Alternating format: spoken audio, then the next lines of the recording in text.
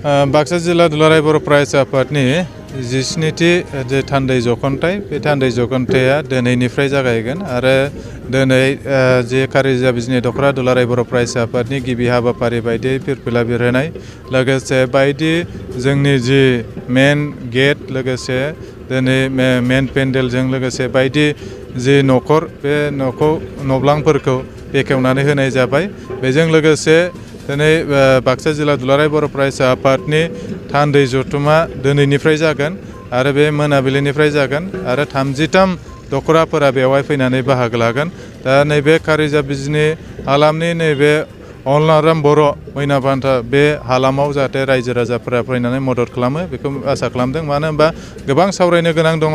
जोङो नैबे थान्दै जख'न्थाइनि गेजेरजों फैबाय थानाय समाव फरायसाफोरनि थाखाय सोलोंथाइनि सायाव आरो जे रांखान्थि जौगानायनि सायाव आरो समाज जौगानायनि सायाव बायदि बिथिङाव माखासे हाबाफारि रनसायनानै बेहाय बिथांखि लानाय जागोन आरो बे बिथांखि लानानै जों फैबाय थानाय बोसोरसेयाव माबायदिहाय दुलाराय बर' फरायसा आफादा रायजोनि थाखाय जोंनि फरायसाफोरनि थाखाय खामानि मावगोन बिनि थाखाय मोजां मोनसे बिथांखि लानानै इयुनाव हाबा मावनो थाखाय थि खालामनाय जागोन आरो बिनि थाखायनो नैबे कारिजा हालामनि गासैबो रायजो राजा धोरोम जाथि जाहाथे बेखौ दोनथ'नानैब्लाबो नैबेहाय बाहागो लाफैयो। बेहाय गोबां जाथि जन'गोष्ठि बेवहाय दङ, माने गोबां जाथि जन'गोष्ठिनि गेजेराव बेवहाय दङ।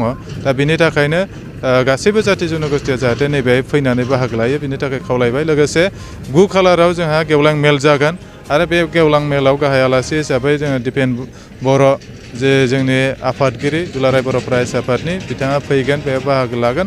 बेजों लोगोसे माखासे जोंनि दैदेनगिरि बारग' दैदेनगिरि बिथांमोनखौ लेंहरनाय जादों। मिनिस्टारनिफ्राय लानानै दानि चिफखौबो जोङो लेंहरनाय जादों। दा बिनि थाखाय बिथांमोना बाहागो लाफैगोन। दा बयबो रायजो राजाखौ जाहाथे बै समाव फैनानै बाहागो लाफैनो थाखाय बयखौबो खावलायनाय जाबाय। गुबै हाबाफारि हिसाबै जोंनि मेन गेट बेखेवनाय बे हाबाफारिया फुंनि समाव थांबाय। लोगोसे बेवहाय नैबे मथंगुरि समस्तिनि TLCC चेयारमेन बिथांमोना बेखेवबाय आरो बेजों लोगोसे मेन जे जोंनि पेन्डेल गाहाय जे पेन्डेल बेखौ बेखेवनानै होनाय जाबाय।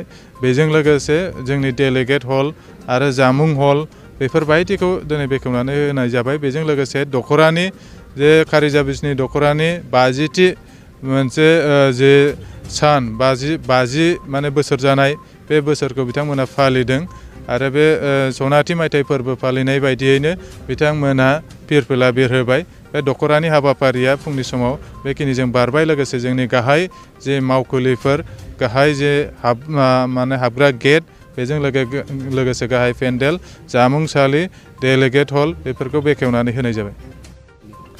दिनै जोंनि कारिजा बिजनि दख'रा एबसुनि बेन्दोङाव नैबे मुंख्लं आमलाराम बर' नोगोराव 17थि बाक्सा जिल्ला दुलाराय बर' फरायसा आफादनि जख'न्थाइ आरो लोगोसे कारिजा बिजनि दख'रा दुलाराय बर' फरायसा आफादनि सनाथि मायथाइ फालिनाय दिनैनिफ्राय 7, 8, 9 बे सानथामनि हाबाफारिजों जागोन।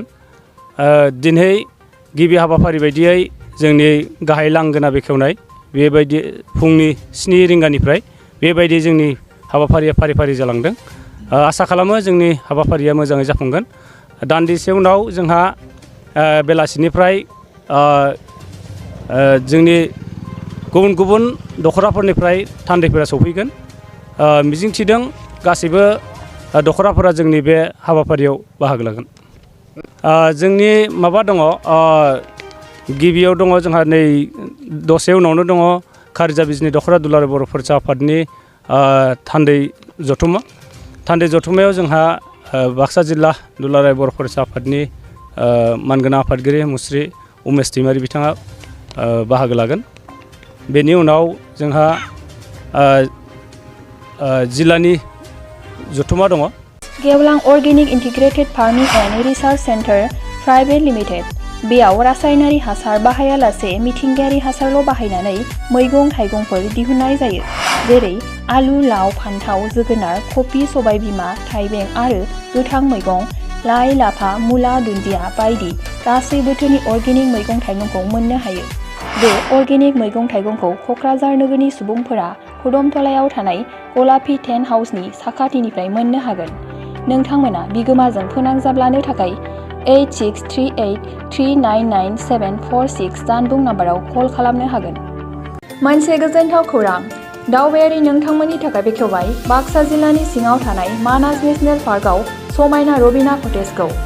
बे कटेजआव नोंथांमोना jeep safari, elephant ride, river rafting, tribal dance, bonfire, breakfast, lunch, dinner बायदिनि सुबिदा मोनजोबनो हागोन।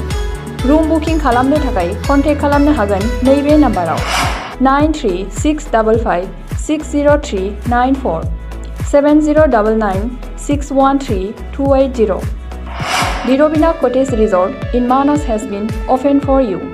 You can get many facilities in this resort or cottage like AC and non-AC room booking, jeep safari, elephant ride, river rafting, breakfast, lunch and dinner.